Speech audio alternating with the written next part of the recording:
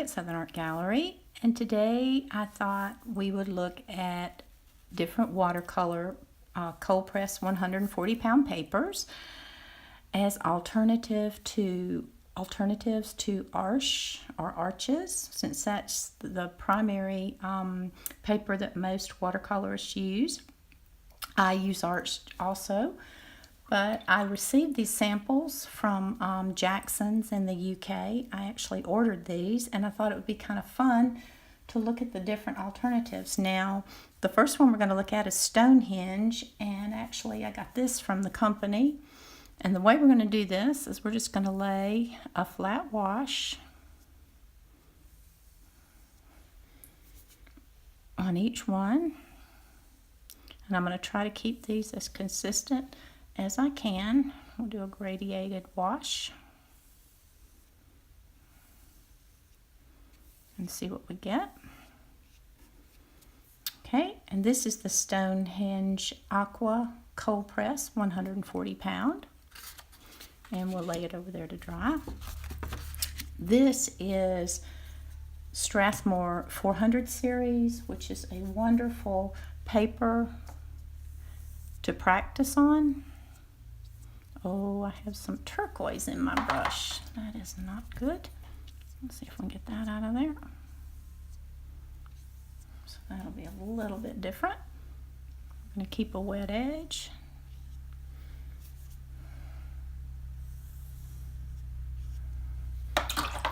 Add a little water. See what we get there.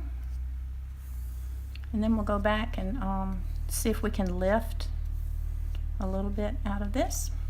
And I'm doing this relatively quickly so that this video will not be so long.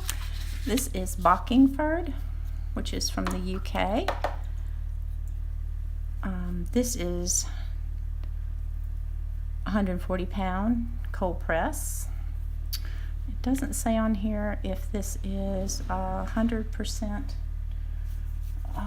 cotton or not, so I'll have to check that. I know Strathmore was not. Stonehenge is. Stonehenge, I always call it Stonehenge. Stonehenge is 100% cotton. Okay.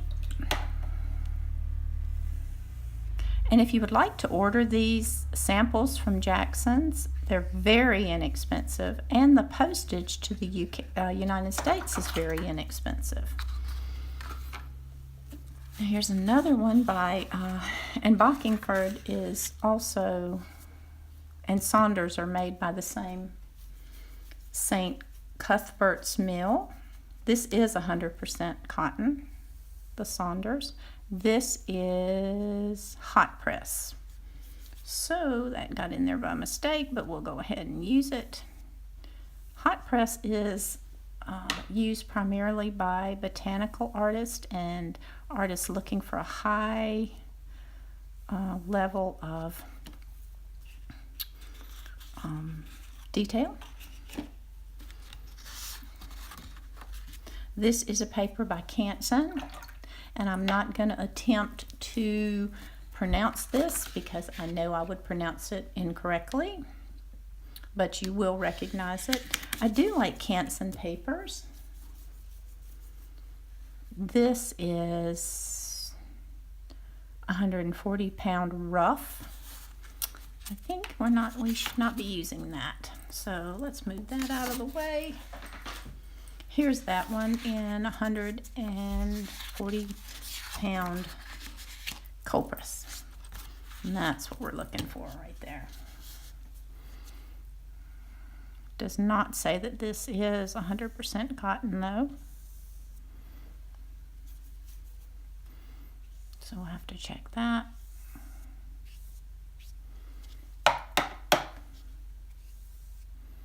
There are an amazing number of different options out there when it comes to paper. Okay, let's lay that one over there. Now this is another paper by Canson. This is their Heritage series, and this is cold pressed. It says tested on the other side, so I guess we will. sure we're in camera. Make sure I have enough on my brush there.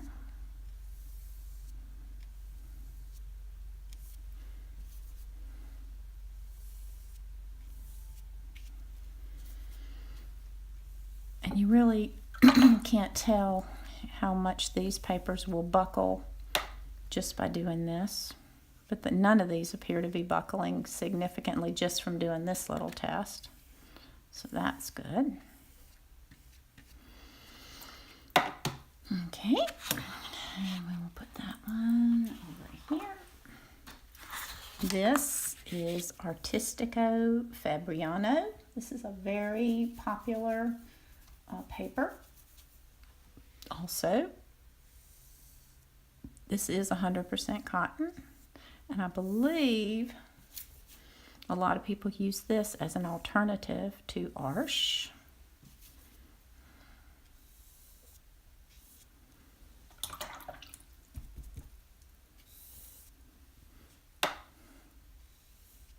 Let's keep that going there.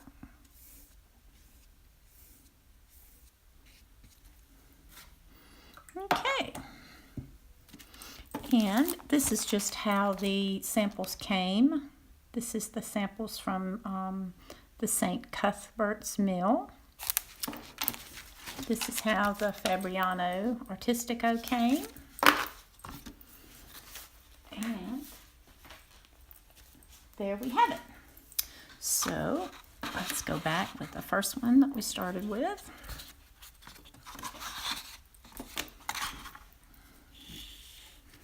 Which is the Stonehenge. It's not quite dry, but we're going to try to lift from this anyway. Now the pigment we're using here is Payne's Gray. So Payne's Gray doesn't lift terribly easily. It's somewhat staining. But we're going to see what happens here. Paper towel. I've used this Stonehenge aqua paper, and I really do like it. It's actually quite a nice paper. And that did lift pretty well. There's no pilling. And it is coming off quite clean. So, that's that one. Okay, we're back. I went ahead and lifted a line on each one of the papers, and we will see what, now that they're dry, what we found. The Stonehenge Aqua buckled very little. It lifted nicely. It's just overall quite a nice, it has a tiny little buckling, and I didn't tape these down or anything, so that is an excellent choice.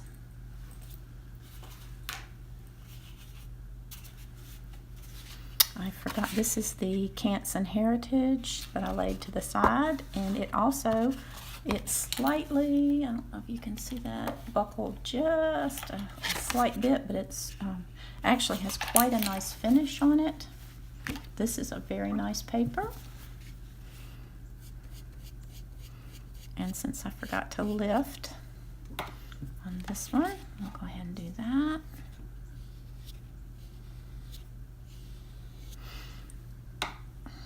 I'm finding that some papers don't lift very well, which is kind of interesting. I imagine it has something to do with how much sizing is on different papers. This one does not appear to lift very well. So, there you have it. That is the Canson Heritage, which is also very nice paper, which hardly buckled. There's a slight buckle in it. You probably can't see that. It's just a kind of a wave in it. But the finish is quite nice. It did not lift very well. Now the other Canson paper, which I will not pronounce, but it is an aquarelle, and doesn't say it's 140 pounds, but it did lift better. It also buckled slightly. It's a nice weight paper though, quite a nice paper. And this is cold pressed. This has a finer texture, cold pressed, than some of the other papers. So that's a really nice paper. This is the Strathmore, the most inexpensive of the series, and this is more of a practice sheet, but I included this in case you need something just to practice on. You can see that it did damage some of the fibers. I don't know if you can see that on the paper lifting. It did peel a little bit, and it did warp. But for a practice paper, the 400 series is probably one of the best practice papers that are quite inexpensive. The Fabriano, Artistico Fabriano, on the other hand, buckled the most, and it buckled right after I put the water on it. It also did not lift well, and it did appear to damage the paper somewhat. I'm not a big fan of this paper. Here's the two St. Cuthbert's Mill papers. This is Bockingford. It lifted fairly well. It has a nice texture, and it did warp a little bit. Not badly though. You can see warped somewhat. And that's a nice paper.